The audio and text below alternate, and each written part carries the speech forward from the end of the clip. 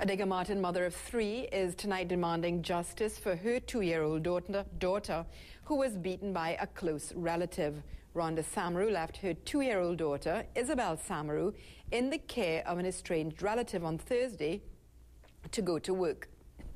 On Friday, following a call from relatives, she found her daughter bruised and beaten, her face swollen. The angry mother is now demanding justice. I tell him no, I said for her face to look like that, there's more than one slap.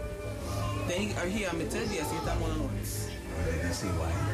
Because she don't want to eat. I want some form of justice. Because if he could do my son that and he'd say that he changed and still come back and do this, he is a violent person. He's not supposed to be out here around churning nobody. Because I know get abuse from him already. And so far he's not changing.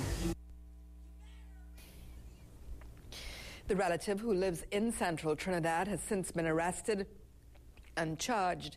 The relative will appear before a magistrate on Monday. He's been charged with malicious assault and other related charges. She told us her son has been a victim of domestic violence and is warning other women to be cautious. Nice he come and then he turn around and turn out to be this abusive person. How to anybody to see him, pass him straight. Concerns are being raised over the advertisement of a $2 billion government bond in today's daily newspaper. The advertisement, however, gives no specific purpose for the issue, except to state that, quote, the bond is being issued to settle existing government liabilities, unquote. The bond is to be issued on September the 27th, which is the last working day before the 2012-2013 budget presentation. Chairman of the CLECO Policyholders Group, Peter Permel, has put a number of questions to the Finance Minister, Larry Hawaii, including what are the specific liabilities to be paid from the proceeds of this bond, and has government changed its mind over the establishment of NEL2 without any consultation with policyholders. He says the substantial bond is being issued at a time when the Policyholders Group is making strident representation on government to make good on its promise to pay policyholders dollar for dollar on the last 10 years of their bond through the establishment of a CLECO trust through NEL2. Now, the Islamic Broadcasting Network, IBM, is tonight distancing itself from a threat on the United States Embassy in Port of Spain by a local Muslim group, the Islamic Front. The IBN head, Inshan Ismail, is condemning the statements made by the organization yesterday of the credible threat against the U.S. Embassy. In a statement issued, Mr. Ismail said, under no circumstances must the anti-Islam video lead to violence or threats of violence. The video, entitled The Innocence of Muslims, has led to a violent Muslim reaction in Libya and Yemen that has killed the U.S. ambassador as well as 3 diplomats. But Ismail says the actions now being showcased around the world are simply exacerbating the situation as more videos are being made documenting the violence of Muslims. The network denounces the threats made to the U.S. Embassy locally and abroad and has made a promise to protect the innocent. Ismail says that the leader does not represent the views of right-thinking Muslims of Trinidad and Tobago or abroad. Now, the Used Car Dealers Association wants answers from the Trade Minister, Vasan Bharat, over the issuance of licenses for new entrants into the market. The association's president, Visham Babwa, says while Minister Bharat stated that only 2 licenses were awarded, his predecessor, Stephen Cadiz, is quoted saying that 5 licenses were in fact given out. Mr. Babwa told CNC3 his membership wants an explanation, since they were told in 2008 that no one could apply to become a new dealer. He says the process was not transparent.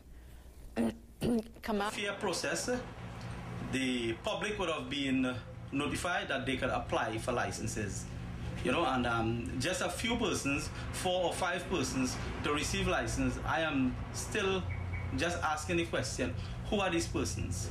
Are they aligned to the minister? Are they friends and family of the government? Who are these people? Because if it's an open market and you are opening up the market, let the population know so everybody can have a chance. The association meets with the minister tomorrow to discuss the issue, but Mr. Babwa says it's a slap in the face for used car dealers. They have been asking for an additional quota to sustain their business and sustain their families, because after 2 months, they have to send their employees home. They were told no additional quotas would be given, absolutely none, until the audit is complete. The audit which is scheduled to complete at the end of this year, right? And then suddenly you hear new people get licensed. When we come back, it'll be time for sports. So let's take a look at what's coming up. The West Indies skipper Darren Sammy wants his players to click. Ansel Green and Alexandra Constant take the National Triathlon Championships. And a win for AVB in the English Premiership.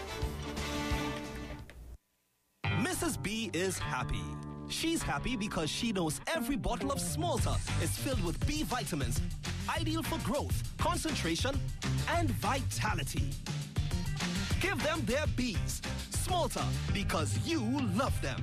Imagine a show where the stars of Dancing with the Stars, American Idol, and So You Think You Can Dance come together for an evening of exciting entertainment unlike anything you've ever witnessed before. On Saturday, September 29th, experience this amazing show right before your eyes in an exciting production entitled Ballroom with a Twist. See the stars of Dancing with the Stars, American Idol, and So You Think You Can Dance on stage, singing and dancing under the lights in a 2-hour choreographed production that'll leave you breathless. This world-class production is sold out all over the world, and on Saturday, September 29th, you can see it too, live at the Center of Excellence. See newspapers for details.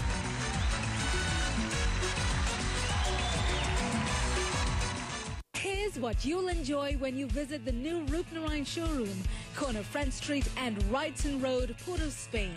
Kitchen cabinets, bathrooms, closets, doors, tiles and patio furniture. The Rupnarine showroom. Call us today. 624-7667. To be equal, to live in a society that responds to you without prejudice, to be treated fairly no matter what your background may be, regardless of race or religion, regardless of geographic location, gender, or any disability you may have.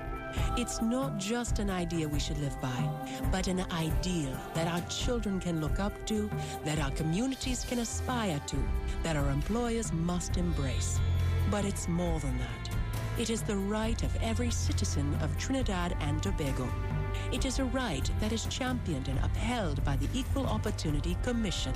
The EOC is about educating, breaking down barriers, and eliminating obstacles to truly empower people on the basis of their merit. This is the mission of the Equal Opportunity Commission of Trinidad and Tobago. Equality is everyone's dream. It's everyone's right. Here's the sports news now. The West Indies cricket captain Darren Sammy says tomorrow's second and final warm-up of the match ahead of the start of the T20 World Cup is a chance for misfiring players to find their stride. The West Indies takes on Afghanistan in Colombo as preparations for this tournament, where they are the favourites, went down. Obviously, batsmen have to get some confidence, and our bowlers have to put in an even better display than they did in the game against Sri Lanka. So, and we as a team would be looking to come up with the final 11 as well. The captain also took time out to pay tribute to his fellow West Indians who were a part of the ICC Awards this week. There, the Jamaican all-rounder Stephanie Taylor took the Women's ODI Player of the Year. Sunil Narine was second consecutive West Indian to scoop the Emerging Player Award, while Brian Charles Lara was inducted into the ICC Hall of Fame. Second time running for us. As we know, Bishu got it last year, and Narine. So the young players who the selectors have invested in, they put in their name forward in world cricket, and that's good for us. Taylor, the way she's led the West Indies batting for us over the last few years, it's good reward for hard work. And we all know Brian, cricket legend, and I grew up watching him play. He's one of my childhood heroes. It was good to see him being recognized as well for the contribution he made to world cricket. Meanwhile, Taylor was a part of a winning West women's team today as they continued their tour of England ahead of the Women's T20 World Cup. They asked the English women to bat first and proceeded to restrict them to 139 for 7 from 20 overs. Taylor had bowling figures of 1 for 25, but it was Tremaine Smart, Shemaine Campbell and Anisa Mohammed doing the most damage with 2 wickets each. In reply, the bulk of the West Indies runs came from Deandra Dottin with 62, while Juliana Nero chipped in with 27 not out as the Windies ladies reached 140 for 7 on the very last ball. They won by 3 wickets. The National Triathlon Championships, they took place this morning with a challenging course laid out in the Chaguaramas area.